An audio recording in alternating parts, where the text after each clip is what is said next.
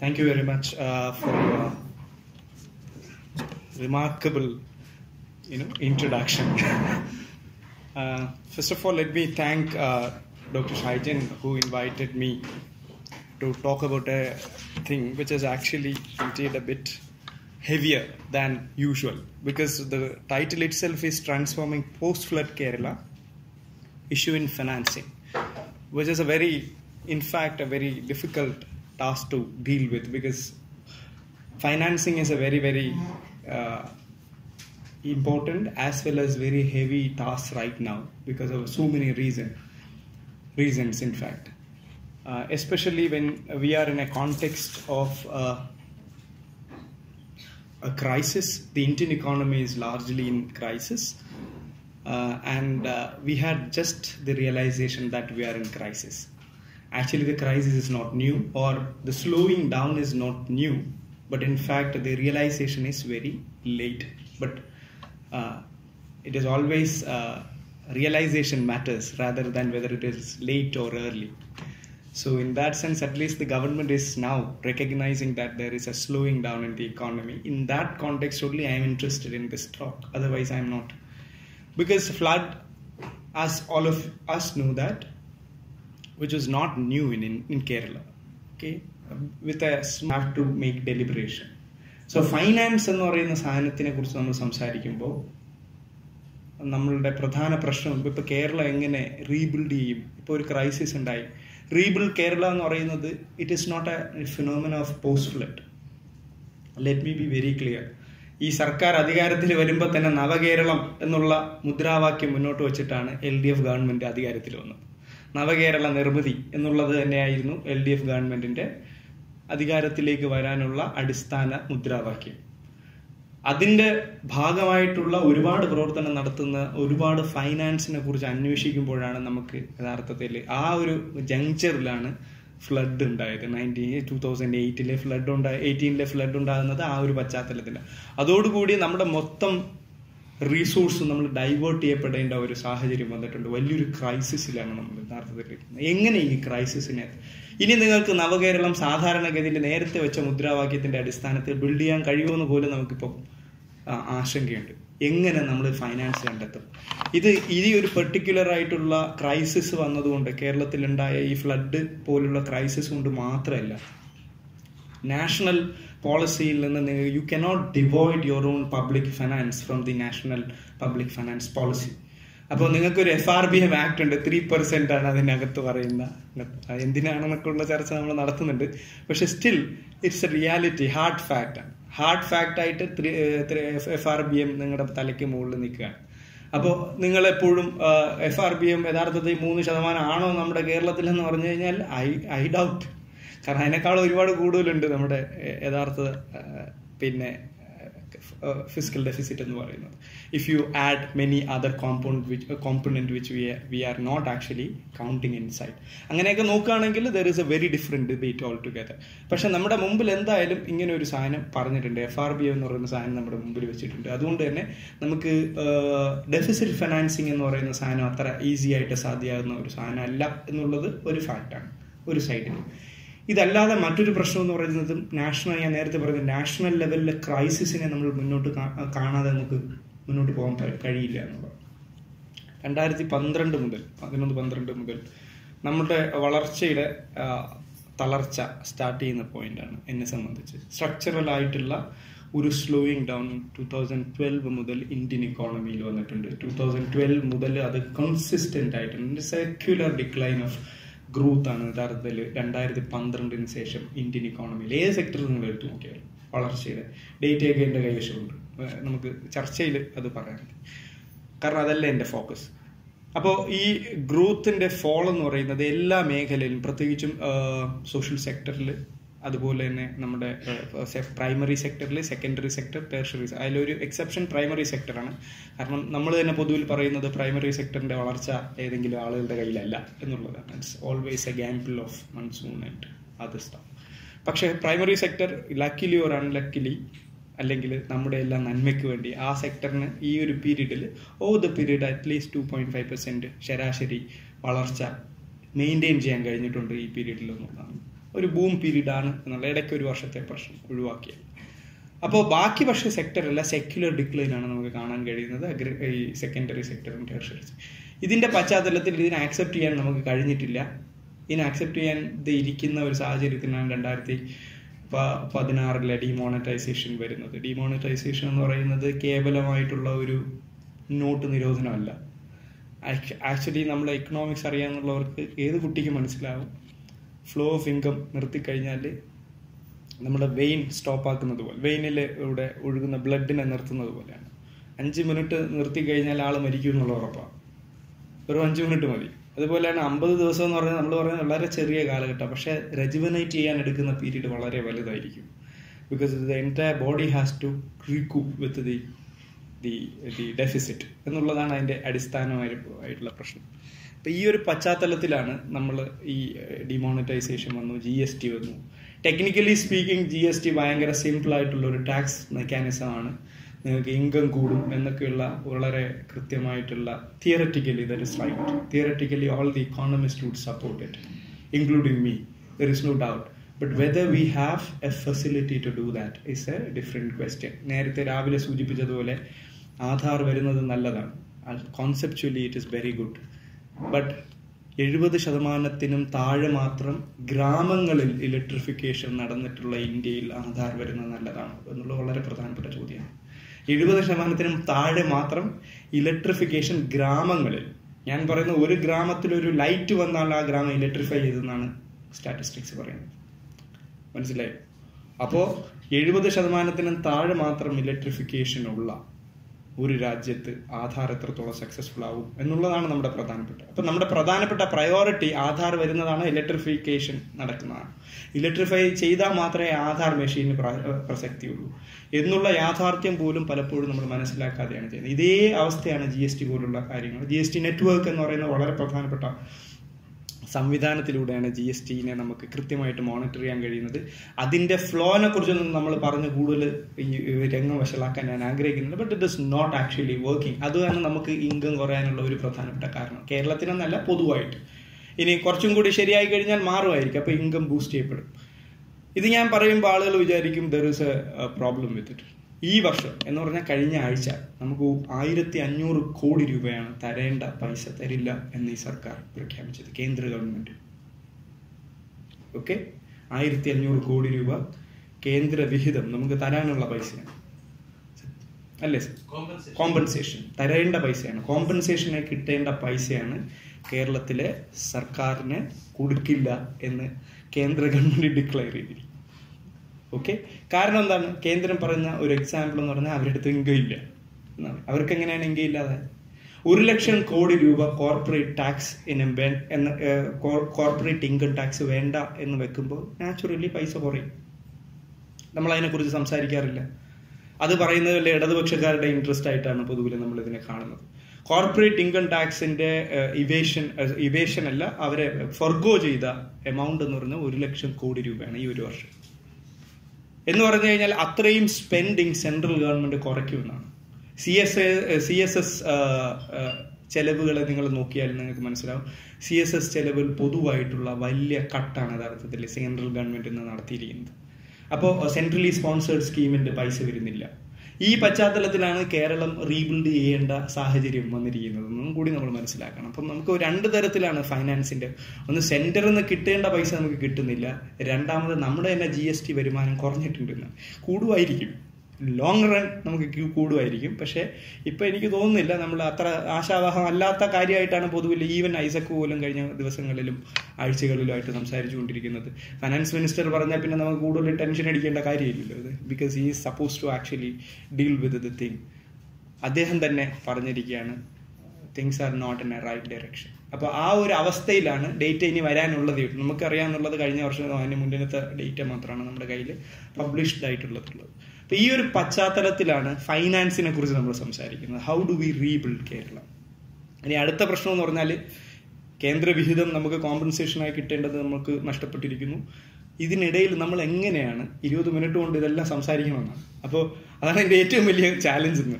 അപ്പോൾ ഇതിനിടയിൽ നമ്മൾ എങ്ങനെയാണ് ഈ പൈസ കണ്ടെത്തുക എന്നുള്ളത് വലിയൊരു ചർച്ചയാണ്. അപ്പോൾ ഇപ്പോൾ ഏറ്റവും കൊടുമ്പിരി കൊണ്ട് കേരളത്തിൽ നടക്കുന്ന ഒരു ചർച്ച കിഫ്ബിനെ കുറിച്ചുള്ള ചർച്ചയാണ്. കിഫ്ബി എന്ന് പറയുന്ന സാധനം പുതിയതല്ല, 1999 സ്റ്റാർട്ട് ചെയ്തതാണ് കിഫ്ബി ബോർഡ് എന്ന് പറയുന്ന സാധനം. ഒരു ഫ്ലോട്ട് ചെയ്യുന്നത് 1999 2000 അതിനുശേഷം അത് കുറച്ച് കാലം ഡോർമെന്റ് ആയിരുന്നു, വലിയ കാര്യങ്ങളായ പ്രവർത്തനങ്ങളൊന്നും നടന്നത്. വീണ്ടും അതിനെക്കുറിച്ചുള്ള ചർച്ച വന്നു. പക്ഷേ ഈ ഗവൺമെന്റ് അതിനെ കുറച്ചുകൂടി മെറ്റീരിയലൈസ് ചെയ്യുന്ന തരത്തിലേക്ക്.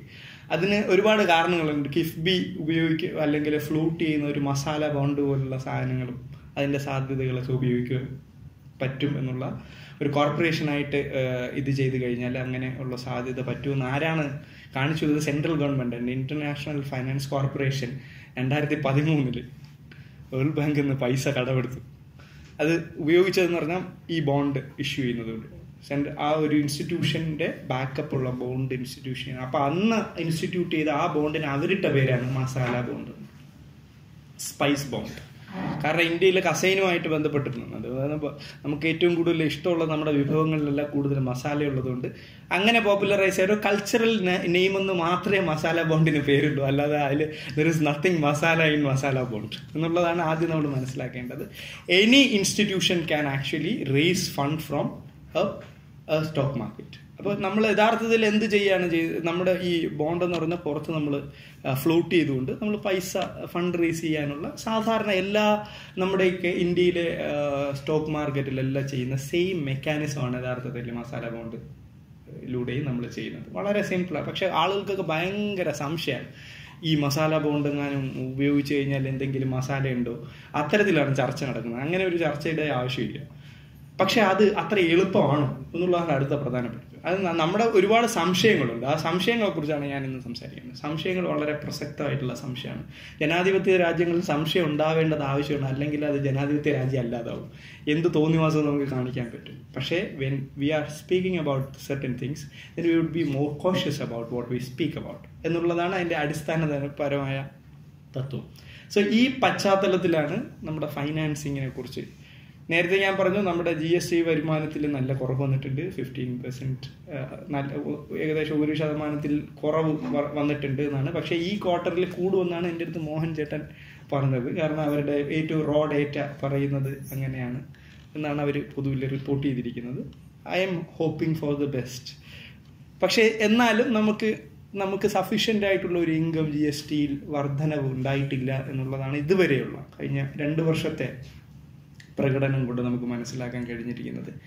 May be we are maintaining the income. അതുകൊണ്ടാണ് ഒറ്റ സർവകലാശാലകളിലോ ഒറ്റ ഇൻസ്റ്റിറ്റ്യൂഷനിലോ നിങ്ങൾക്ക് അഡ്വാൻസ് തുക ഈ മാസം ആർക്കും തന്നിട്ടില്ല. ട്രഷറി ബാനാണ്. ഞാനടക്കമുള്ള ഒരു വിക്ടിമാണ് അതിൻ്റെ. അപ്പോൾ നമുക്ക് സാലറി മാത്രമാണ് പേ ചെയ്യാൻ ഈ തവണ ട്രഷറിക്ക് കഴിഞ്ഞിട്ടുള്ളത്. ഒരു തരത്തിലുള്ള അഡ്വാൻസ് പേയ്മെന്റും സർക്കാർ നടത്താൻ കഴിയാത്തത് ഇതാണ്. 1500 കോടി രൂപ ലിക്വിഡ് ഫണ്ട് ആര് കട്ട് ചെയ്തു? കിട്ടേണ്ട കോമ്പൻസേഷൻ കട്ട് ചെയ്തത് കൊണ്ടാണ് അത് കൊടുക്കാൻ പറ്റാത്തത്. ഇമ്മീഡിയറ്റ് മൊബിലൈസേഷൻസ്. അതെ, നിങ്ങൾക്കറിയാം 2000 കോടി രൂപ ഫണ്ട് LICന്ന് കടമെടുത്ത കേസൊക്കെ എല്ലാവർക്കും അറിയാമല്ലോ. കഴിഞ്ഞ മുന്നിലത്തെ വർഷം സർക്കാർ LICന്ന് പൈസ മേടിച്ചിട്ടാണ് ഫണ്ട് മൊബിലൈസ് ചെയ്തിട്ടാണ് ഈ അന്ന് കെട്ടിക്കിടന്ന കുറച്ച് കാശൊക്കെ കൊടുത്തത് എന്നുള്ളത്. ഇതാണ് ഫൈനാൻസിലെ ഒരു കേരളത്തിലെ പൊതുവായിട്ട് വളരെ നല്ല ആശാവഹമായ ഒരു അവസ്ഥയൊന്നുമല്ല. നമ്മൾ ഒരു പ്രശ്നം നമ്മൾ ഈ സെൻട്രൽ സ്റ്റേറ്റ് റിലേഷനിലുള്ള പ്രശ്നം മാത്രമല്ല GST ഉണ്ടാക്കിയത്. GSTക്ക് വേണ്ടി വാദിച്ചത് നമ്മളാണ്. ഏറ്റവും കൂടുതൽ അത് ദോഷകരമായിട്ട് ഇപ്പോൾ അതിൻ്റെ ഞെരുക്കം ഏറ്റവും കൂടുതൽ അനുഭവിക്കുന്ന ഒരു സ്റ്റേറ്റ് കൂടിയാണ് കേരളം എന്നുള്ളത് ഒരു യാഥാർത്ഥ്യമാണ്. Whether we like it or not, doesn't matter. But ആ യാഥാർത്ഥ്യത്തിൻ്റെ ഭാഗമായിട്ടാണ് ഞാൻ ഈ പറഞ്ഞത്. നമുക്ക് കിട്ടേണ്ട ഒരു പൈസ പോലും അവരെന്തായിട്ട് തന്നിട്ടില്ല എന്ന് പറഞ്ഞാൽ പാസ്സാവേണ്ട പാസ്സായ കാശാണ്. അത് അഡ്വാൻസ് ആയിട്ട് തരില്ല. ഇനി ബില്ലും വൗച്ചറും ഒക്കെ വെച്ച് നിങ്ങൾ സെറ്റിൽ ചെയ്തെടുത്താൽ മതി. That will take another 6 months എന്ന് പറഞ്ഞു കഴിഞ്ഞാൽ ഇതൊന്ന് ശരിയായി വരാൻ വേണ്ടി. ഇതാണ് ഫൈനാൻസിൻ്റെ പ്രശ്നം. ഇവിടെയാണ് നമുക്ക് കോടിക്കണക്കിന് രൂപ, ഏകദേശം 30,000 കോടി രൂപയുടെ നഷ്ടമാണ് കഴിഞ്ഞ പ്രളയത്തിൽ ഉണ്ടായതെന്നാണ് UN-ന്റെ റിപ്പോർട്ട്. അത് തന്നെയാണ് സർക്കാർ എനിക്ക് തോന്നുന്നു സബ്സ്ക്രൈബ് ചെയ്തുകൊണ്ട് അവരുടെ പ്രവർത്തനവുമായിട്ട് മുന്നോട്ട് പോകും. ഈ പ്രശ്നത്തിനെ പരിഹരിക്കുന്നതിന് വേണ്ടിയോ അല്ലെങ്കിൽ അഡ്രസ് ചെയ്യുന്നതിന് വേണ്ടിയാണ് the government was actually trying to put up certain policy. കഴിഞ്ഞ ബജറ്റിൽ പുള്ളി കുറച്ച് കാര്യങ്ങൾ, വളരെ ക്രിയാത്മകമായ കുറേ കാര്യങ്ങൾ, സമീപനങ്ങൾ മുന്നോട്ട് വെച്ചിട്ടുണ്ടായിരുന്നു. പക്ഷെ അതിലെന്തൊക്കെ റിയലൈസ് ചെയ്തു, എന്തൊക്കെ റിയലൈസ് ചെയ്തില്ല എന്നുള്ളത് വളരെ പ്രധാനപ്പെട്ട കാര്യമാണ്. That is also equally important. അപ്പോൾ കഴിഞ്ഞ പ്രാവശ്യം, അതായത് ഈ വർഷം ചെയ്യേണ്ട പ്രവർത്തനത്തിൻ്റെ ഭാഗമായിട്ട് ബജറ്റ് മുന്നോട്ട് വെച്ച ചില സാധനം റിയലിസ്റ്റിക് ആയിട്ടുള്ള കുറേ കാര്യങ്ങൾ മുന്നോട്ട്. ബാക്കിയുള്ള ഞാൻ പറയുന്നില്ല, കാരണം കഴിഞ്ഞ 10 വർഷം LDF UDF കൊടുത്ത വാഗ്ദാനങ്ങൾ എന്ന് പറഞ്ഞാൽ 2 ലക്ഷം കോടി രൂപേൻ്റെ വാഗ്ദാനങ്ങൾ അധികമായിട്ട് കൊടുത്തിട്ടുണ്ട്. 2 ലക്ഷം കോടിയാണ് കേട്ടോ കേരളത്തിൽ 10 വർഷമായിട്ട്. അപ്പോൾ ആ കണക്കൊക്കെ അവിടെ ഇരിക്കട്ടെ. എന്ന് പറഞ്ഞാൽ നമ്മളിപ്പോൾ 10 ലക്ഷം രൂപ ചിലവാക്കേണ്ടതിന് പകരം നമ്മൾ 25 ലക്ഷം ഓഫർ ചെയ്യും. പക്ഷെ നമുക്ക് 10 ലക്ഷം കൊടുക്കാനേ ഉള്ളൂ. അപ്പോൾ ബാക്കി 15 ലക്ഷം കടമാണ്. അങ്ങനെയുള്ള കണക്കാണ് ഞാൻ പറഞ്ഞത്. ഏകദേശം ഫോൾസ് ആയിട്ടുള്ള വാഗ്ദാനങ്ങൾ LDF ആരും പിന്നിലൊന്നുമല്ല. We keep giving all kinds of sops. അതെന്ന് പറഞ്ഞാൽ വാക്കിൽ മാത്രമേ ഉള്ളൂ. നമ്മുടെ എക്സ്പെൻഡിച്ചർ സ്റ്റേറ്റ്മെൻറ്റിൽ അത് വരില്ല. എക്സ്പെൻഡിച്ചർ സ്റ്റേറ്റ്മെൻറ്റിലും വാഗ്ദാനം തമ്മിലുള്ള ഡിഫറൻസ് ആണ് ഏകദേശം 10 വർഷത്തെ 2 ലക്ഷം കോടി രൂപ. 1.9 lakh crore യഥാർത്ഥത്തിൽ അൺറിയലൈസ് ചെയ്യപ്പെടാൻ, അതായത് അൺറിയലൈസ് ചെയ്ത വാഗ്ദാനങ്ങൾ 10 വർഷത്തെ. അപ്പോൾ അങ്ങനെ ഇരിക്കട്ടെ, ആ ഡേറ്റയൊക്കെ അവിടെ തന്നെ ഇരിക്കുന്നു, നിങ്ങൾക്ക് തന്നെ പരിശോധിക്കാമെന്നുള്ളതാണ്. ബജറ്റിൻ്റെ ഒക്കെ പഴയ ബജറ്റൊക്കെ എടുത്ത് ഇങ്ങനെ കാൽക്കുലേറ്റ് ചെയ്ത് നോക്കിക്കഴിഞ്ഞാൽ നിങ്ങൾക്ക് അത്രയും എമൗണ്ട് കിട്ടും. So this is the quantum of promise which normally every government try to give. So there is nothing new in that. Okay? പക്ഷേ അതിനേക്കാളും I am so concerned about the realistic approach which the government had actually made through the budget. അത് അങ്ങനെ തന്നെയാണ് ഞാൻ അതിനെ കാണുന്നത്. Realistic എന്ന് പറയുന്നതിൻ്റെ സബ്സ്റ്റാൻഷിയേറ്റ് ചെയ്യാൻ എനിക്ക് പറ്റും എന്നുള്ളത് കൊണ്ടാണ് ഞാൻ അതിൻ്റെ റിയലിസ്റ്റിക് ആണ് എന്ന് പറയുന്നത്. നമ്മൾ പ്രധാനമായിട്ടും അതിലെ ഫസ്റ്റ് പോയിന്റ് എന്ന് പറഞ്ഞാൽ how do V finance this flood എന്നുള്ള ക്വസ്റ്റ്യൻ. പ്രളയ സെസ് എന്ന് പറയുന്ന സാധനം ഏർപ്പെടുത്തും എന്ന് സർക്കാർ ബജറ്റിൽ പ്രഖ്യാപിക്കുകയും അത് പ്രാവർത്തികമാകുകയും ചെയ്തു എന്നുള്ളതാണ്. എല്ലാ ഓഫീസുകളിലും ഇപ്പോൾ പ്രളയ സെസ് എനിക്ക് തോന്നുന്നു കഴിഞ്ഞതിന് മുന്നിലത്തെ മാസം April 1 മുതൽ ആണ് യഥാർത്ഥത്തിൽ പ്രാവർത്തികമാക്കി കൊണ്ടുവന്നത്. അല്ലേ? April 1 ഓഗസ്റ്റ് 1 മുതലാണ് പ്രാവർത്തികമാക്കി കൊണ്ടുവന്നത്. ഓഗസ്റ്റ് 1 മുതൽ നമ്മുടെ എല്ലാ യൂണിവേഴ്സിറ്റി, എല്ലാ സ്ഥാപനങ്ങളിലും 1% സെസ് ഏർപ്പെടുത്തിയിട്ടുണ്ട്. അത് തന്നെയാണ് കാൽക്കുലേഷൻ. അപ്പോൾ അത് ഇഫക്റ്റീവായി വന്നു കഴിഞ്ഞു എന്നുള്ള. കൂടാതെ ഈ പൈസ ഇതിനപ്പുറത്തായിട്ട് ഈ ഇൻസ്റ്റിറ്റ്യൂഷനുകളുടെ ഫങ്ഷനിങ്ങിന് വേണ്ടി ഒരു 5% അഡീഷണലായിട്ട് ഗ്രാൻഡ് അല്ല ഒരു പ്രവർത്തന ഫീസ് എന്ന നിലയിൽ ഈടാക്കാൻ വേണ്ടിയുള്ള സ്വാതന്ത്ര്യം കൂടി ഇൻസ്റ്റിറ്റ്യൂഷനുകൾക്കെല്ലാം കൊടുത്തിട്ടുണ്ട്. അപ്പോൾ അതിനർത്ഥം എന്ന് പറയുന്നത് ലോക്കലായിട്ടുള്ള ഫണ്ട് മൊബിലൈസേഷൻ്റെ സാധ്യത കൂടി മുന്നോട്ട് വയ്ക്കുകയാണ് ചെയ്യുന്നത്. അപ്പം ഈ ഫണ്ട് എങ്ങനെ വരും എന്ന് പറയുന്നത് ടാക്സ് കൊടുക്കുക എന്നുള്ളതാണ് ഫണ്ടിൻ്റെ അടിസ്ഥാനം. ടാക്സ് തന്നെയാണ് അടിസ്ഥാനം. ഒരു ലിബറൽ ഇക്കോണമിസ്റ്റ് ഒരിക്കലും ടാക്സിനെ സപ്പോർട്ട് ചെയ്യാറില്ല. അതുകൊണ്ട് തന്നെ ഫണ്ട് കണ്ടുപിടിക്കുക അവരെ സംബന്ധിച്ച് വലിയ പ്രശ്നമാണ്. ടാക്സ് ഏർപ്പെടുത്തുക എന്നുള്ളത് തന്നെയാണ് അടിസ്ഥാനപരമായിട്ടുള്ള ഒരു പ്രോഗ്രസീവ് ആറ്റിറ്റ്യൂഡിൻ്റെ ഫണ്ടമെൻ്റൽ റൈറ്റ് എന്ന് പറയുന്നത്. അതിൽ തർക്കമൊന്നും വേണ്ട. ടാക്സ് ഏർപ്പെടുത്തുക എന്നുള്ളതാണ്. കാരണം ഫണ്ടല്ലാതെ നമുക്ക് ഉണ്ടാകാൻ പറ്റില്ല. നിങ്ങൾ ഏതൊരു രാജ്യം എടുത്തു നോക്കിയാലും വികസിത രാജ്യങ്ങളെ കുറിച്ചെല്ലാം ചർച്ച ചെയ്യുമ്പോൾ പബ്ലിക് ഫിനാൻസിൻ്റെ ക്ലാസ്സിലൊക്കെ നമ്മൾ പഠിക്കുകയോ ചെയ്താൽ നമുക്ക് മനസ്സിലാകുന്ന ഒരു സാധനം എന്ന് പറഞ്ഞാൽ ഏകദേശം 40+% ആണ് ഡയറക്റ്റ് ടാക്സ് ആയിട്ട് ഓരോ രാജ്യവും. വികസിത രാജ്യങ്ങളുടെ ശരാശരി 40+ ആണ്. ശരാശരി 40% of the total income is actually accrued from direct tax. പക്ഷേ ഇന്ത്യയിൽ അത് 15%, ലെസ് ദാൻ 15%. അപ്പോൾ നമുക്ക് ബാക്കിയെല്ലാം വരുന്നത് ഇൻഡയറക്റ്റ് ടാക്സ് ആണ്. ഇൻഡയറക്റ്റ് ടാക്സ് എന്ന് പറയുന്നത് ഒരു കാസ്കേഡിങ് എഫക്റ്റ് ഉള്ള ടാക്സ് ആണ്. It is not nice tax. GST ആയാലും ഏത് ST ആയാലും it is not a very good tax because it is having an equal effect on all the segment of the society. Poor ആയിട്ടുള്ള ആളും നെല്ലിക്ക മിഠായി മേടിച്ചാലും punchy മിഠായി വാങ്ങിച്ചാലും പൈസ ടാക്സ് കൊടുക്കണം എന്നുള്ളതാണ്. പൈസക്കാരനും ആ മിഠായി മേടിച്ചാൽ ടാക്സ് കൊടുക്കും. ഒരേ ടാക്സാണ്, വലിയ വ്യത്യാസമൊന്നുമില്ല. So the effect of that kind of tax is actually more vulnerable to the അല്ലെങ്കിൽ it is more cascading to the lower segment of the society. അതുകൊണ്ട് ഈ ഇൻഡയറക്റ്റ് ടാക്സ് എന്ന് പറയുന്ന സാധനത്തിനോട് വലിയ ബഹുമാനം. അതുകൊണ്ട് തന്നെയാണ് പല വെൽഫെയർ സ്റ്റേറ്റുകളിലും അവർ അതിനെ ഡിപ്പെൻഡ് ചെയ്യാറില്ല. പകരം ഡയറക്റ്റ് ടാക്സ് ആണ് അവർ ചെയ്യുന്നത്. Any welfare state if you take 60%, 50+% ആണ് അവിടുത്തെ ഡയറക്റ്റ് ടാക്സിൻ്റെ ഇൻകം എന്ന് പറയുന്നത്. നമ്മൾ അങ്ങനെ ഒരു സാധനത്തിലേക്ക് നമുക്ക് പോകാൻ കഴിഞ്ഞിട്ടില്ല. പക്ഷേ എങ്ങനെ ഒരു സ്റ്റേറ്റ് എന്ന് പറയുമ്പോൾ ചെയ്യാൻ പറ്റുമെന്നുള്ള പരിമിതിയൊക്കെ നമുക്കറിയാം. കാരണം ഇന്ത്യൻ സംവിധാനമായിട്ട് ബന്ധപ്പെട്ടാണ്, അതൊരു സ്റ്റേറ്റ് സ്പെസിഫിക്. പക്ഷേ സ്റ്റേറ്റ് സ്പെസിഫിക് ആയിട്ട് നമുക്ക് ഒരുപാട് കാര്യം ചെയ്യാൻ പറ്റും എന്നുള്ളതാണ്. ഉദാഹരണത്തിന് ഈ ഒന്നാമത്തെ കാര്യം പ്രളയ സെസ് നമ്മൾ ഏർപ്പെടുത്തി, കുഴപ്പമില്ല. അതുപോലെ നമുക്ക് കൂട്ടാൻ പറ്റുന്ന ഒരു സാധനം പ്രൊഫഷണൽ ടാക്സ് എന്ന് പറയുന്ന സാധനം. ജോലിക്കാരെല്ലാം കൊടുക്കുന്ന ഒരു ടാക്സ് ഉണ്ട്, 2500 രൂപ പ്രൊഫഷണൽ ടാക്സ് അല്ലേ. വലിയ പ്രൊഫസറായാലും സാധാരണക്കാരനായാലും 1250 രൂപ ഒരു ബൈ ആനുവലി എടുക്കും. 2500 രൂപയാണ് പ്രൊഫഷണൽ ടാക്സ്. ഇത് യഥാർത്ഥത്തിൽ ലോക്കൽ ബോഡീസിനാണ് ഈ ടാക്സ് കിട്ടുന്നത്. ഈ ടാക്സ് കൂട്ടേണ്ടതിൻ്റെ സാഹചര്യവും അതിൻ്റെ ഇമ്പോർട്ടൻസും വളരെ വലുതാണ്. ഇത് ലോക്കൽ ബോഡീസിന് സ്വന്തമായിട്ട് ഇൻകം കിട്ടുന്ന ഒരു സാഹചര്യം സൃഷ്ടിക്കും. കാരണം ലോക്കൽ ബോഡീസ് വളരെ പ്രധാനപ്പെട്ട ഒരു കേരളത്തിനെ പുനർനിർമ്മിക്കുന്നതിൽ ഞാൻ മുന്നോട്ട് വയ്ക്കുന്ന, അല്ലെങ്കിൽ നമ്മളെപ്പോലെ ചിന്തിക്കുന്നവർ മുന്നോട്ട് വയ്ക്കുന്ന ഒരു പ്രധാനപ്പെട്ട ഒരു ഇൻസ്റ്റിറ്റ്യൂഷൻ എന്ന് പറഞ്ഞാൽ ലോക്കൽ ബോഡിയായിട്ട് ബന്ധപ്പെട്ടിട്ടാണ്. അല്ലാതെ സ്റ്റേറ്റ് നേരിട്ട് നടത്തുന്ന ഒരു എക്സസൈസിന് പരിമിതികളുണ്ട് എന്നുള്ളതാണ്. ലോക്കൽ ബോഡി നേരത്തെ സൂചിപ്പിച്ചില്ല, ഏകദേശം 1200ഓളം ലോക്കൽ ബോഡീസ് ഉണ്ട്. അതിന് കൃത്യമായിട്ട് ഫങ്ഷൻ ചെയ്യാനുള്ള സംവിധാനങ്ങളുണ്ട്. അതൊക്കെ നമ്മൾ ഉപയോഗപ്പെടുത്തുന്നതിന് പകരം നമ്മൾ ആളില്ലാത്ത വില്ലേജ് ഓഫീസർമാരെയോ അല്ലെങ്കിൽ അവരെ ഏൽപ്പിക്കുന്നതിനേക്കാളും എത്രയോ നല്ലതാണ് അങ്ങനെയുള്ള സംവിധാനങ്ങൾ ഉപയോഗിക്കുന്നത് എന്നുള്ളത് തന്നെയാണ് അതിൻ്റെ അടിസ്ഥാനമായിട്ടുള്ള ഒരു പ്രശ്നം. രണ്ടാമത്, ഈ GSTൻ്റെ അവശ്യ സാധനങ്ങളിൽ നമ്മൾ ഒഴിവാക്കിയിട്ടുണ്ട്. പക്ഷേ അതിൽ തന്നെ നമുക്ക് ഈ അവശ്യ സാധനങ്ങൾ എന്താണെന്ന് ഇപ്പോഴും നമുക്കൊരു കൃത്യമായിട്ടുള്ള ഡെഫിനേഷനൊന്നും ഇല്ല. കേരളത്തിൻ്റെ അവശ്യ സാധനം അല്ല മറ്റ് സംസ്ഥാനങ്ങളിൽ. അപ്പോൾ അതിലൊക്കെ ഒരു ചർച്ച വരേണ്ട കാലം അത് നടന്നുകൊണ്ടിരിക്കുകയാണ്. എനിക്ക് തോന്നുന്നത് അത് we are evolving, we are not actually. അപ്പോൾ ഇപ്പോൾ അതിനെക്കുറിച്ചൊന്നും ഞാൻ പറയുന്നില്ല. ഈ അഡീഷണൽ ചാർജ് നമ്മൾ ഏർപ്പെടുത്തുന്നതിൻ്റെ ഭാഗമായിട്ട് നമുക്ക് ഏകദേശം എക്സ്പെക്റ്റഡ് ആയിട്ട് നമുക്ക് കിട്ടാൻ പോകുന്നത് ഏകദേശം 9,957 കോടി രൂപയാണ്. ഈ അഡീഷണൽ സെസ് 1% ഏർപ്പെടുത്തുമ്പോൾ ഏകദേശം 10,000 കോടി രൂപ അടുപ്പിച്ച് നമുക്ക് മൊബിലൈസ് ചെയ്യാൻ പറ്റും എന്നാണ് എക്സ്പെക്റ്റേഷൻ. അതിൽ ലീക്കേജ് ഉണ്ടായാൽ പോലും ഒരു 8,000 കോടി രൂപ നമുക്ക് മൊബിലൈസ് ചെയ്യാൻ പറ്റും എന്നുള്ളതാണ് നമ്മുടെ റിയലിസ്റ്റിക് ആയിട്ടുള്ളൊരു കണക്ക്. അപ്പം അത് കിട്ടിയാൽ വലിയൊരു ഉപകാരമാകും. പക്ഷെ അത് ഇറ്റ് വിൽ ടേക്ക് ടൈം. കാരണം ഓഗസ്റ്റിൽ നമ്മൾ സ്റ്റാർട്ട് ചെയ്തിട്ടേ ഉള്ളൂ. ആ പൈസ കിട്ടണമെങ്കിൽ അല്ലേ ഒരു 3 മാസമെങ്കിലും കഴിഞ്ഞാലേ നമുക്കതിനെ റൂൾ ചെയ്യാൻ തക്ക തരത്തിലേക്ക് നമ്മുടെ കയ്യിലേക്ക് പൈസ വരും. അപ്പോൾ ആ ഒരു പ്രശ്നം ഇതിനകത്തുണ്ട്. എപ്പോഴും there is A time lag between what we do and what we achieve.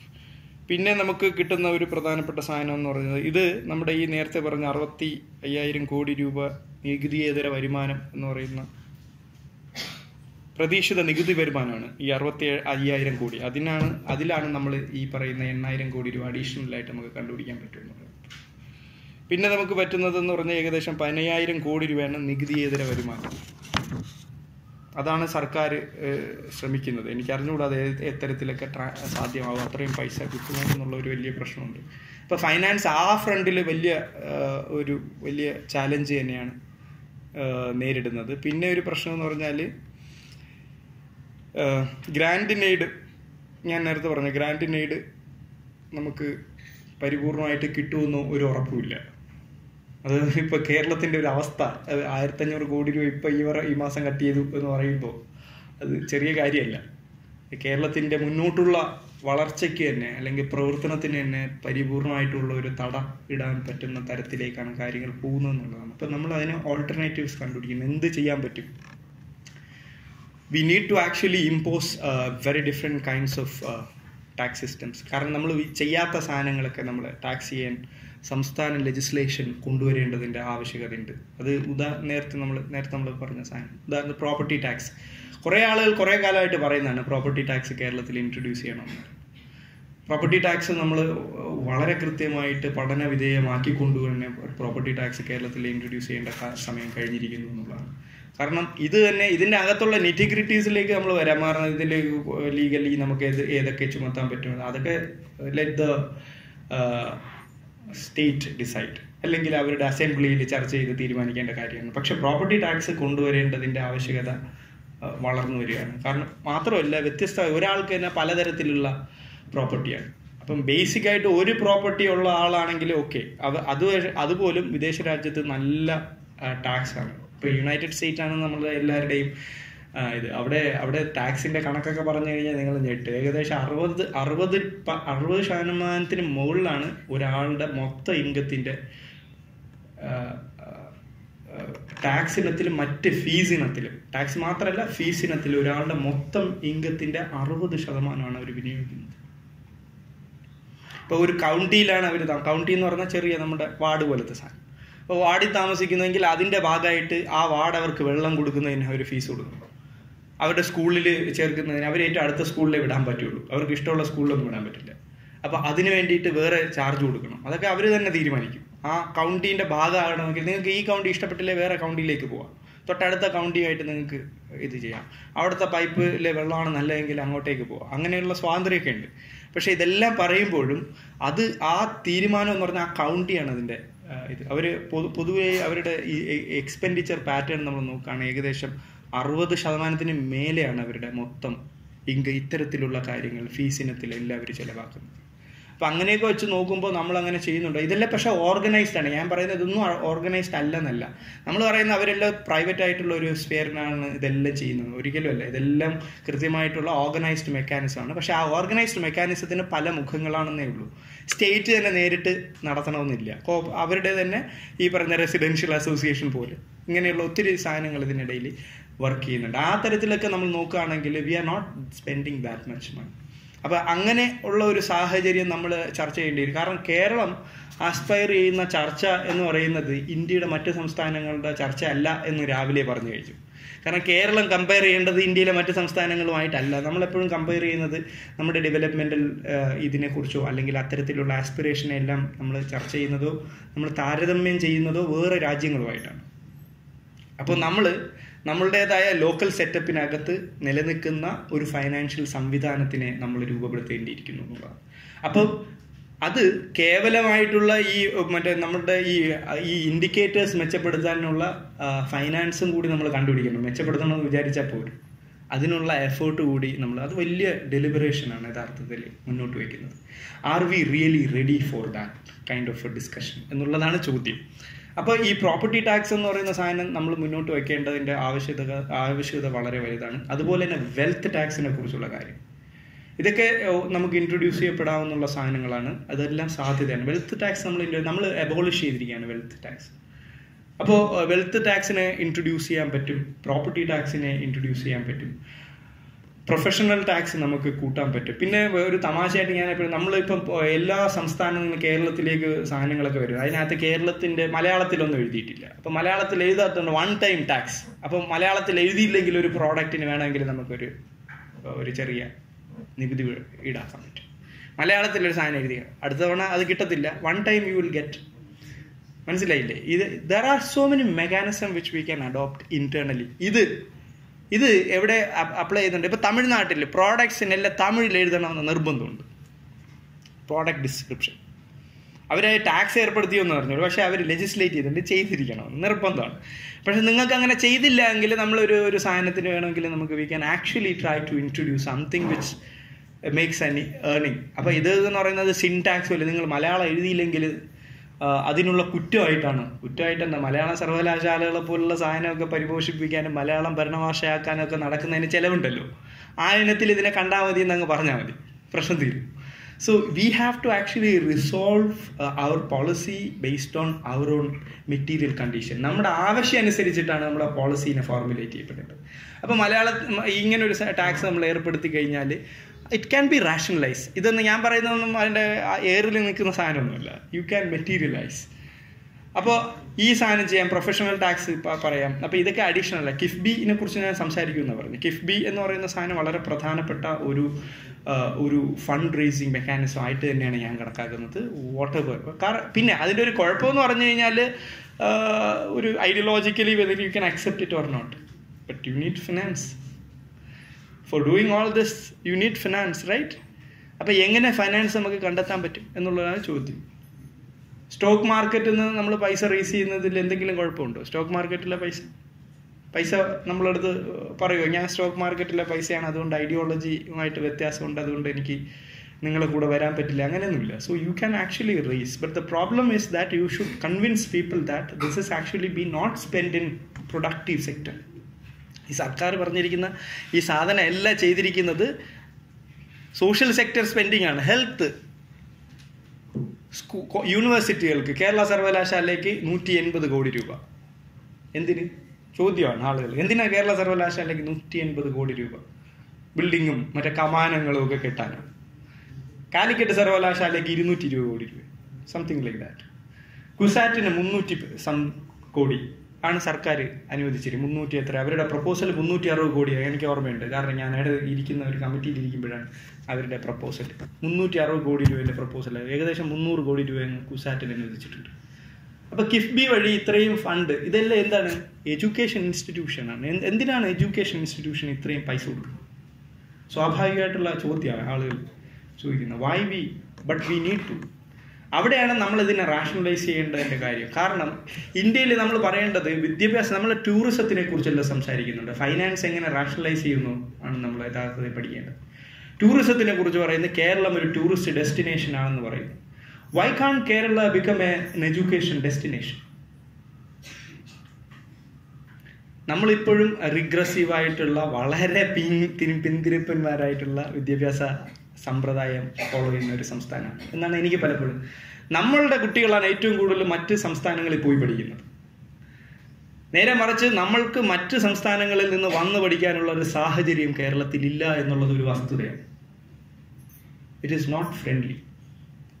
മനസ്സിലായില്ലേ? കാരണം ഇവിടെ മറ്റ് സംസ്ഥാനം നമ്മൾ ഏറ്റവും കൂടുതൽ അംഗീകരിക്കുന്ന ആരാന്നറിയോ? തമിഴ്നാട്ടിൽ നിന്നുള്ള മൈനോറിറ്റി. എന്താണ്? Linguistic minority.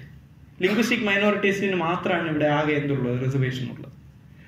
സൂപ്പർ ന്യൂമററി ആയിട്ട് എന്തുകൊണ്ട് നമുക്ക് ആളുകളെ കൊണ്ടുവരാം? ശരി, നമ്മളുടെ കുട്ടികളുടെ സാഹചര്യം അല്ലെങ്കിൽ അവരുടെ സീറ്റിനെ നഷ്ടപ്പെടുത്തണ്ട. നേരെ മറിച്ചിട്ട് എന്തുകൊണ്ട് നമുക്ക് കുട്ടികളെ, എനിക്ക് തോന്നുന്നു ഇന്ത്യയിൽ തന്നെ നിങ്ങൾക്ക് വിളിച്ചു പറയാൻ പറ്റുന്ന ഒരു സാഹചര്യം കേരളത്തിലുണ്ട്. സേഫായിട്ട് പഠിക്കാൻ പറ്റിയ ഏത് ജാതിക്കാരനെ, ഏത് മതക്കാരനെ, ഏത് ലിംഗക്കാരനെ സേഫായി വന്ന് പഠിക്കാൻ പറ്റുന്ന ഒരു സ്ഥലമാണ് കേരളം എന്ന് എന്തുകൊണ്ട് നമുക്ക് ക്യാമ്പയിൻ ചെയ്തു? For that you have to improve your quality of education. അതിനാണ് യഥാർത്ഥത്തിൽ ഈ സർക്കാർ ഇത്രയും കോടിക്കണക്കിന് രൂപ കിഫ്ബി വഴി നടത്തുന്നത്. പക്ഷേ are we really successful in campaigning? Or do we have a plan, a policy? അതിനൊരു പോളിസി ഉണ്ടോ, പ്ലാൻ ഉണ്ടോ? ഇതുവരെ ഇല്ല. അത് കൊണ്ടുവന്നാൽ മാത്രമേ ഇതിനെ നമ്മളുടെ ഹെൽത്ത് ആവശ്യത്തിന് തിരുവനന്തപുരം ജില്ലയിൽ നിന്നാണ് ഞാൻ വരുന്നത്. അപ്പോൾ ഏറ്റവും കൂടുതൽ മാലിദ്വീപിൽ നിന്ന്, തിരുവനന്തപുരത്ത് പഠിച്ചവർക്കൊക്കെ മാലിദ്വീപിൽ നിന്ന് മെഡിക്കൽ കോളേജിൽ ഏറ്റവും കൂടുതൽ ചികിത്സാ എത്തി വരുന്നത്. പക്ഷെ ഒരു മാലി വിദ്യാർത്ഥിയെ നമ്മൾ പഠിപ്പിക്കുന്നതിനുള്ള അറ്റ്മോസ്ഫിയറിനെ കുറിച്ച് നമ്മൾ ആലോചിച്ചിട്ടില്ല. Why can't we do that? എന്തുകൊണ്ടാണ് നമ്മളുടെ രാജ്യത്തേക്ക് ഹെൽത്ത് അന്വേഷിച്ച് വരുന്നവർക്ക് വിദ്യാഭ്യാസം കൊടുത്തുകൂടാ? നമുക്ക് എന്തുകൊണ്ട് അവരുടെ രാജ്യത്തുമായിട്ട് ഒരു ടൈപ്പ് ഉണ്ടാക്കിക്കൂടാ? Memorandum of understanding. Why can't we do that? നമ്മൾ ലോകത്ത് എല്ലായിടത്തും പോയി പഠിക്കുന്നത് എന്തുകൊണ്ട് നമ്മുടെ വിദ്യാഭ്യാസ സമ്പ്രദായത്തിന് ആ തരത്തിലേക്ക് നമുക്ക് മാറ്റാൻ കഴിയുന്നില്ല? നാളെ നമ്മുടെ ഹെൽത്ത് ഡെസ്റ്റിനേഷൻ ആയിക്കൂടെ കേരളം? അത് ഏകദേശ സുഖചികിത്സ മാത്രമല്ല, മറ്റേ നമ്മുടെ ആയുർവേദത്തിന്റെ പേര് വരുന്ന അത് മാത്രമല്ല, ദാറ്റ് ഈസ് ഹെൽത്ത് ടൂറിസം. അതല്ല നമ്മൾ പറയാം. വിദ്യാഭ്യാസ സമ്പ്രദായത്തെ മേഖലയെ നമുക്ക് മെച്ചപ്പെടുത്താൻ കഴിയും. നമുക്ക് അതുപോലെ തന്നെ ആരോഗ്യ മേഖലയെ മെച്ചപ്പെടുത്താൻ കഴിയും. നമ്മൾ അതിനുള്ള ശ്രമം നടത്തുന്നുണ്ട്. കേരളത്തിൽ വളരെ ശക്തമായിട്ടുള്ള ആരോഗ്യ മേഖല മെച്ചപ്പെടുത്തുന്ന പ്രവർത്തനങ്ങളാണ് ഈ സർക്കാരിൻ്റെ കാലത്ത് ശൈലജ ടീച്ചറിൻ്റെയൊക്കെ നേതൃത്വത്തിൽ നടക്കുന്നത്. പക്ഷെ അത് എങ്ങനെ നമുക്കൊരു ഇൻ്റർനാഷണൽ മാർക്കറ്റ് ചെയ്യാൻ പറ്റുന്ന തരത്തിലുള്ളൊരു പ്രോഡക്റ്റ് ആക്കാൻ നമുക്ക് കഴിയുന്നില്ല. അല്ലെങ്കിൽ ആ തരത്തിലേക്ക് നമ്മൾ ചിന്തിക്കേണ്ട, പോളിസി ഫോം ചെയ്യേണ്ട കാലം അധികരിച്ച്. എന്നാൽ മാത്രമേ നമുക്ക് ജനങ്ങളെ കൺവിൻസ് ചെയ്യിക്കാൻ പറ്റൂ ഇത് എന്തിനാ ഈ സാധനം ചെയ്യും. അങ്ങനെയുള്ള ഒരു ഇടപെടൽ കൂടി നമുക്ക് നടത്തിയാൽ മാത്രമേ ഈ ഫൈനാൻസിനെ റാഷണലൈസ് ചെയ്യാൻ പറ്റുള്ളൂ. അല്ല കിഫ്ബിയിലൂടെ നമുക്ക് ഫണ്ട് റേസ് ചെയ്യാൻ പറ്റും, വലിയ പ്രശ്നമൊന്നുമില്ല. 50 ബില്യൺ റുപ്പിയാണ് നമ്മൾ അത് ഇത് ചെയ്യുന്നത് എന്ന് പറഞ്ഞാൽ 5000 കോടി രൂപ. 5000 കോടി രൂപയാണ് ഫണ്ട് റേസ് ചെയ്യാൻ. ഒരു കാര്യമില്ല. മസാല ബോണ്ടിലൂടെ 5000 കോടി രൂപ ക്യാൻ ബി ഈസിലി ഫോമുലേറ്റഡ്. കാരണം 2013 തന്നെ നമുക്ക് IFSC പിന്നെ HDFC ബാങ്ക് ഒരുപാട് സ്ഥാപനങ്ങൾ ഇന്ത്യയിൽ പൈസ റേസ് ചെയ്ത് കഴിഞ്ഞു മസാല ബോണ്ട് വഴി. അതുകൊണ്ട് കേരളത്തിന് കേരള ഗവൺമെന്റിന്റെ ബാക്കപ്പ് ഉണ്ടായിരിക്കുമ്പോൾ റേസ് ചെയ്യാൻ പറ്റുമെന്ന് എനിക്ക് സംശയമൊന്നുമില്ല. ചെയ്യാൻ പറ്റും. ചെയ്താൽ അടുത്ത ചോദ്യം എന്താണ്? How do we repay it? Why we are worry? കാരണം ഇപ്പൊ ഡെവലപ്മെന്റ് ഉണ്ടായി കഴിഞ്ഞു കഴിഞ്ഞാൽ നമ്മളുടെ അപ്പൂപ്പന്മാരെടുത്ത കടം നമ്മളല്ലേ ഇപ്പം അടയ്ക്കുന്നത്. ആരെങ്കിലും വറി ചെയ്യുന്നുണ്ട്? സോ ഇൻ ഡെവലപ്മെന്റ് ഫിനാൻസിനകത്ത് റീപേയ്മെന്റ്, ലോങ് ടേം റീപേയ്മെന്റിനെ കുറിച്ച് വൈ വി ആർ വറീഡ്? അപ്പോൾ ഉടനെ തിയറി പറയും നമ്മുടെ റിക്കാർഡിയൻ ഇക്വലൻസും മറ്റതൊക്കെ പറഞ്ഞത്. It's foolish theory, nothing to do with all that. So എന്നെ സംബന്ധിച്ച് വികസന പ്രവർത്തനം നടക്കുമ്പോൾ നമ്മൾ ഫൈനാൻസ് ചെയ്യണം, സ്പെൻഡ് ചെയ്യണം. സ്പെൻഡ് ചെയ്യുമ്പോൾ ഇപ്പോഴും നമ്മുടെ ക്വാളിറ്റി ഓഫ് എഡ്യൂക്കേഷൻ, ഇന്ന് പെൺകുട്ടികളാണ് ഇവിടെ മൊത്തം ഇരിക്കുന്നത്. നമ്മുടെ യൂണിവേഴ്സിറ്റിയിൽ ഹോസ്റ്റലുകൾ ആൺകുട്ടികൾക്കാണ് കൂടുതൽ. എന്തുകൊണ്ടാണ് നിങ്ങൾ ആലോചിച്ചു? ഹോസ്റ്റലിൽ പണിയുന്ന കാലഘട്ടത്തിൽ പെൺകുട്ടികൾ പഠിക്കാനില്ലായിരുന്നു. Very simple. നമ്മളങ്ങനെ ചിന്തിക്കത്തില്ല. ആൺകുട്ടികളാണ് കൂടുതൽ പഠിക്കാനുണ്ടായിരുന്നത്. അതുകൊണ്ട് അന്ന് ഹോസ്റ്റലൊക്കെ പണിത്. പുതിയതായിട്ട് എത്ര ഹോസ്റ്റൽ വന്നിട്ടുണ്ട്? പെൺകുട്ടികൾ പഠിക്കുമ്പോൾ, ഞാനിത് കേരള യൂണിവേഴ്സിറ്റിയിൽ സ്ഥിരമായിട്ട് ആർഗ്യൂ ചെയ്യുന്ന സാധനമാണ്, പെൺകുട്ടികളാണ് എൻ്റെ ഡിപ്പാർട്ട്മെൻറ്റിൽ 90% പെൺകുട്ടികളാണ് ഞാൻ പഠിപ്പിക്കുന്നത്. അവർക്ക് താമസിക്കാൻ സ്ഥലമില്ല. അപ്പം ആർക്ക് വേണ്ടിയാണ് നമ്മൾ ഹോസ്റ്റൽ പണിയേണ്ടത് ഇനി? പെൺകുട്ടികൾക്ക്. പക്ഷേ അത്തരം ചർച്ചകൾ വരുന്നില്ല. പെൺകുട്ടികൾക്ക് 2 ഹോസ്റ്റൽ ഈക്വാലിറ്റി, 2 ഹോസ്റ്റൽ, ആൺകുട്ടികൾക്ക് 2. പക്ഷേ 10% ആൺകുട്ടികൾ പഠിക്കുന്നത്, 90% പെൺകുട്ടികൾ. കേരള യൂണിവേഴ്സിറ്റി എന്ന് പറഞ്ഞാൽ 79% ടോട്ടൽ പെൺകുട്ടികളാണ്. മൊത്തം സർവകലാശാലയിൽ 79% പെൺകുട്ടികളാണ്. ലോകത്തിൽ തന്നെ 2ാം റാങ്കാണ്. അതായത് മിക്സഡ് യൂണിവേഴ്സിറ്റികളിൽ 2ാം റാങ്കാണ് പെൺകുട്ടികളുടെ പ്രപ്പോർഷൻ കഴിഞ്ഞതിന് മുന്നിലത്തെ വർഷത്തെ സർവേ. അപ്പം നമ്മളുടെ പോളിസി മാറുന്നില്ല. അതാ പ്രശ്നം. പോളിസി മാറിയാൽ നമ്മളത് ചെയ്യുന്നില്ല, റിയലൈസ് ചെയ്യുന്നില്ല. അപ്പോൾ ഇത്തരത്തിലുള്ള മാറ്റങ്ങളാണ് യഥാർത്ഥത്തിൽ നമ്മുടെ മുമ്പിലുള്ള കൺസ്ട്രെയിൻ. ഇതിനെ നമ്മൾ അഡ്രസ്സ് ചെയ്യണമെങ്കിൽ ഞാൻ നേരത്തെ പറഞ്ഞു, ഇപ്പം ഞാൻ നിങ്ങളുടെ മുമ്പിൽ പ്രസംഗിക്കുന്നത് വളരെ ഇമ്പോർട്ടൻ്റ് ആണ്. കാരണം എന്താ? ഞാൻ നിങ്ങളുടെ മുമ്പിൽ പ്രസംഗിക്കുമ്പോൾ നിങ്ങൾക്ക് അതിനെക്കുറിച്ചുള്ള അവബോധം ഉണ്ടാവും.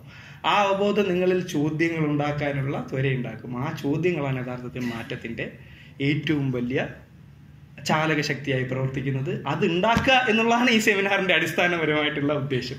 അപ്പോൾ അതുണ്ടായി കഴിഞ്ഞാൽ naturally there would be a demand, and that demand drives that demand will materialize what we aspire. So ഇതാണ് യഥാർത്ഥത്തിൽ ഫൈനാൻസ്. അതുകൊണ്ട് തന്നെ എനിക്ക് ഫൈനാൻസിനെ കുറിച്ച് വലിയ ആകുലതകളൊന്നുമില്ല. ഇപ്പോൾ ഫണ്ട് റൈസ് ചെയ്താൽ സ്പെൻഡ് ചെയ്യണം. അത് പക്ഷേ കൃത്യമായി സ്പെൻഡ് ചെയ്യണം. അതിലൊന്നും തർക്കമില്ല. ഈ 5000 കോടി രൂപ പ്രൊഡക്റ്റീവാണോ അല്ലെങ്കിൽ സോഷ്യൽ സെക്ടറാണോ അവിടെ സ്പെൻഡ് ചെയ്യണം. അത് സ്പെൻഡ് ചെയ്ത് കഴിഞ്ഞാൽ it will generate naturally it's result. അങ്ങനെ റിസൾട്ട് വരുമ്പോൾ നാളത്തെ സമൂഹം അത് പേ ചെയ്യേണ്ട സമയമാകുമ്പോൾ തിരിച്ചടച്ചോളും. അത് നമ്മളൊന്നും അറിയത്തില്ല. ടാക്സ്, പലതരത്തിലുള്ള പുതിയ ടാക്സ് ഫോംസ് വരും. So the money would be collected and it would be repaid. This is how every micro economics or macro economics or any public finance in fact operates. With this note, I'll stop right now and I'll collect questions. Thank you for inviting me.